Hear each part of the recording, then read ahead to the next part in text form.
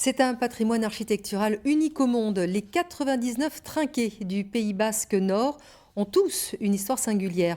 Le marquis d'Arcangue leur a d'ailleurs consacré un ouvrage. Certains sont menacés par la pression immobilière, mais beaucoup d'amoureux de la pelote les protègent farouchement. Les trinquets, trésors du patrimoine, c'est votre magazine basque proposé ce soir par Andier Irosbeer et Emmanuel Galerne.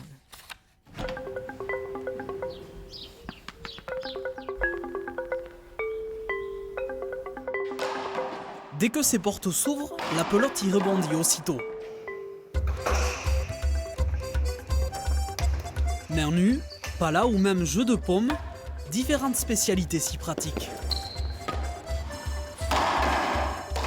Mais bien plus qu'un simple terrain de sport, le trinquet est un véritable trésor du patrimoine au Pays basque. En témoigne celui de Bidaraï, niché dans les montagnes de Basse-Navarre. Adossé à une ancienne maison où se trouve actuellement la mairie, le trinquet Artechea vaut le détour, se distinguant par sa remarquable architecture intérieure. C'est un très joli trinquet, un des plus vieux trinquets du Pays basque.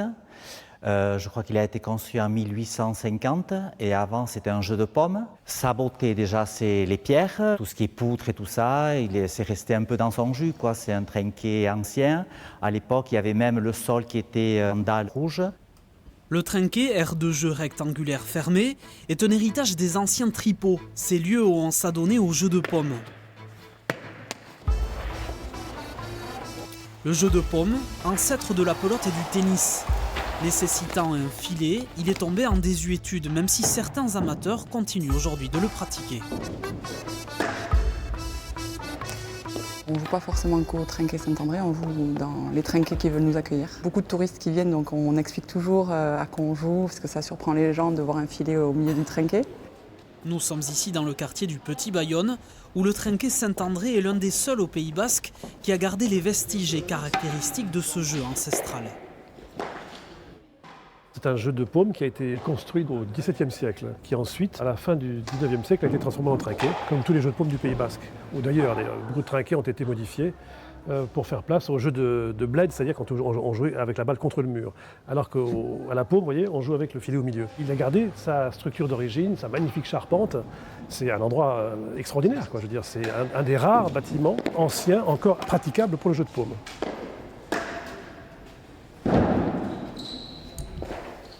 Passionné de pelote, Michel d'Arcangue a consacré un ouvrage aux trinquets et jeux de paume du Pays basque.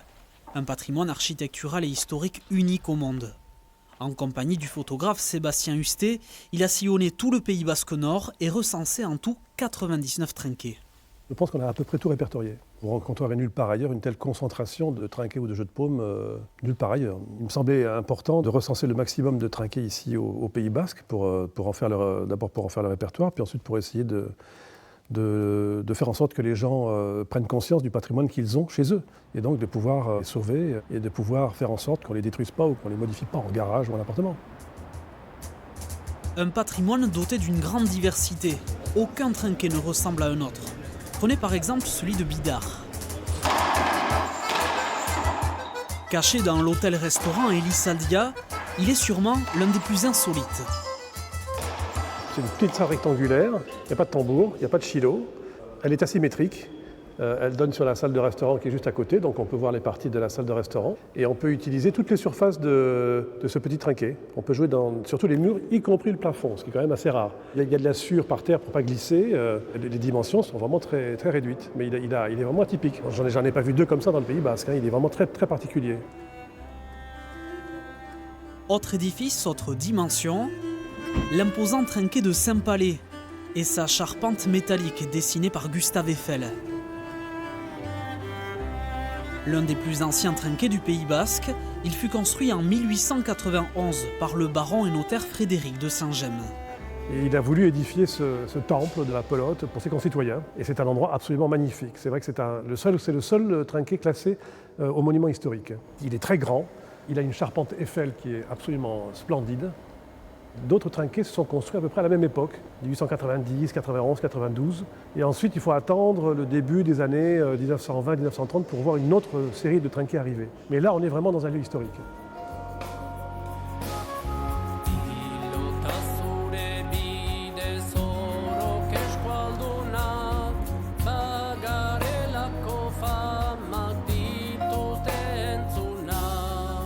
Ces édifices font partie du patrimoine et de la culture basque. Mais certains sont menacés. À Biarritz, le trinquet de la Négresse pourrait peut-être être vendu par son propriétaire, aux grandes dames de ses gérants actuels qui essayent de faire vivre le lieu. On ne sait pas si ça va continuer à exister, s'ils vont faire des appartements, on ne sait pas. Parce que de nos jours à Biarritz, vu le prix du mètre carré, il est rentable de faire des appartements plutôt que d'avoir un trinquet. Alors, c'est une histoire de gros sous, ça.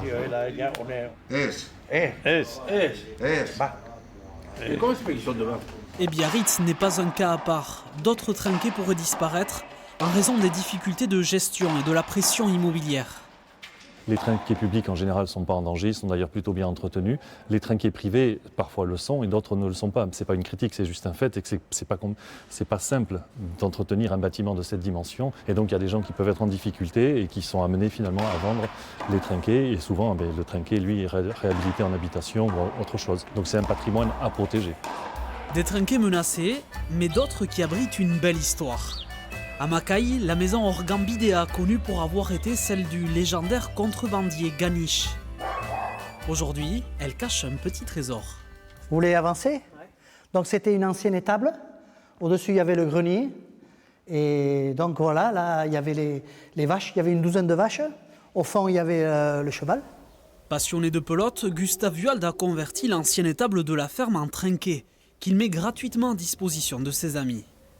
Il y a des gens qui veulent faire des piscines. Moi, je ne suis pas très natation. Je préfère jouer à la pelote. Et donc, du coup, voilà, j'en ai fait un petit trinquet. Un petit peu de briques et de broc, mais ça fonctionne bien.